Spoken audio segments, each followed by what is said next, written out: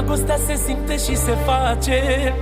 Ea nu stă în Prada și în Versace. Dragostea curată nu se rupe. Nu poți cumpăra cu pietre scumpe. Cea mai frumoasă e iubirea după ceartă. Și în orice zi ne certăm măcar o dată. 5 minute dramă, 5 ore de dragoste. Asta-i frumusețea dintre două suflete. S-a întâmplat de atâtea ori, când te supăr ți-aduc flori. Tu nu ești ca altele, disperată te comori. Tu nu ești după trend, tu nu vrei niciun brand. În loc de cadouri vrei doar să mă știi prezent. Cu poftă de nebunii, tu de noapte, eu de zi. Vreau să facem 3 copii ca Beyoncé și Jay-Z. Frumusețea e că facem să avem soarele cu noi. În zodia fericirii suntem născuți amândoi. Dragostea se simte și se face.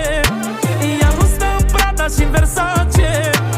Dragostea curată nu se rupe.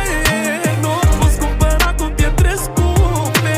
Dragostea se simte și se face. Ea nu stă în Prada și în Versace. Dragostea curată nu se rupe. Nu o poți cumpăra cu pietre scumpe.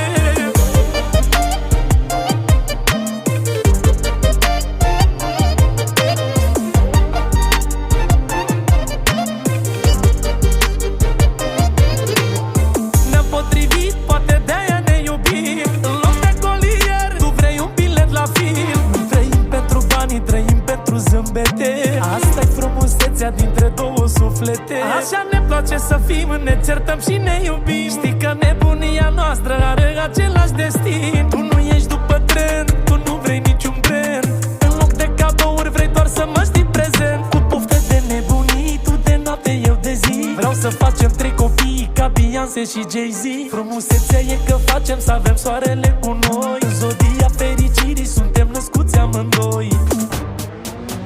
Dragostea se simte și se face. Ea nu stă în Prada și în Versace. Dragostea curată nu se rupe. Nu o poți cumpăra cu pietre scumpe. Dragostea se simte și se face. Ea nu stă în Prada și în Versace. Dragostea curată nu se rupe. Nu o poți cumpăra cu pietre scumpe.